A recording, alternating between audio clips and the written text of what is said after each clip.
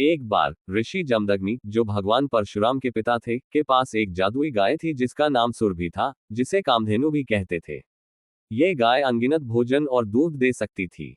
ऋषि इसका उपयोग लोगों की मदद करने और भगवान की पूजा करने के लिए करते थे।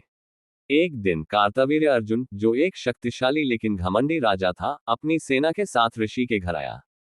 कामधेनु गाय की मदद से ऋषि जमदग्नि ने राजा और उसकी सेना का सत्कार किया। ऋषि जमदग्नि ने राजा और उसके सैनिकों को स्वादिष्ट भोजन कराया और उनकी जरूरतों का पूरा ध्यान रखा, जिससे वे सभी खुश और संतुष्ट हो गए।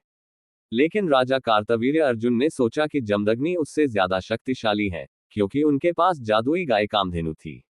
इसलिए उसने उस गाय को लेने की इच्छा जताई। राजा कामधेनु की शक्ति देखकर चकित था और उसने गाय को अपने लिए मांग लिया। लेकिन जमदग्नि ने मना कर दिया और कहा कि वह इस गाय का उपयोग अपनी प्रार्थना और दूसरों की मदद के लिए करते हैं। यह सुनकर राजा गुस्से में आ गया और उसने सैनिकों को गाय को जबरन ले जाने का आदेश दिया। राजा के सैनिक कामधेनु को बलपूर्वक ले गए और ऋषि के शांत आश्रम को नष्ट कर दिया। वे रोती हुई कामधेनु और उसके बछड़े को अपने राज्य है ले गए। बाद में जब परशुराम घर लौटे और आश्रम की यह हालत देखी, तो वह बहुत क्रोधित हुए। उनके पिता ने उन्हें पूरी घटना सुनाई। यह सुनकर परशुराम के क्रोध की सीमा न रही और उन्होंने है राज्य जाने का निश्चय किया। जब वे वहां पहुंचे तो उन्होंने कामधेनु को बंधा हुआ और रोता हुआ देखा। परशुराम ने गाय के पास जाकर उसे गले से लगा लिया। परशुराम ने राजा कार्तवीर्य को हराकर कामधेनु को बचा लिया। वह गाय को वापस अपने पिता के आश्रम ले आए, जिससे उनके पिता को उन पर बहुत गर्व हुआ। लेकिन कहानी यहीं खत्म नहीं हुई। राजा के बेटे इस घटना से बहुत गुस्से में थे। जब परशुराम घर पर नहीं थे, तब उन्होंने ऋषि जमदग्नि के आश्रम पर हमला किया और उन्हें बुरी तरह घायल कर दिया। जब परशुराम वापस आए तो उन्होंने अपनी मां को रोते हुए देखा। उनकी मां ने उन्हें पूरी घटना बताई और दुख में 21 बार अपने सीने पर प्रहार किया।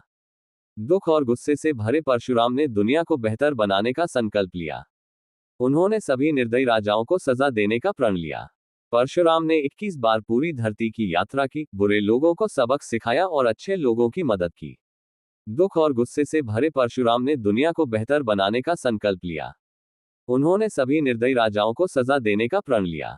परशुराम ने 21 बार पूरी धरती की यात्रा की, बुरे लोगों को सबक सिखाया और अच्छे लोगों की मदद की। अंत में परशुराम ने एक बड़ा यज्ञ किया और अपनी सारी जमीन दान कर दी, जिससे उन्होंने ये दिखाया कि सच्ची ताकत उदारता में होती है, न कि केवल अपनी शक्ति दिखाने में।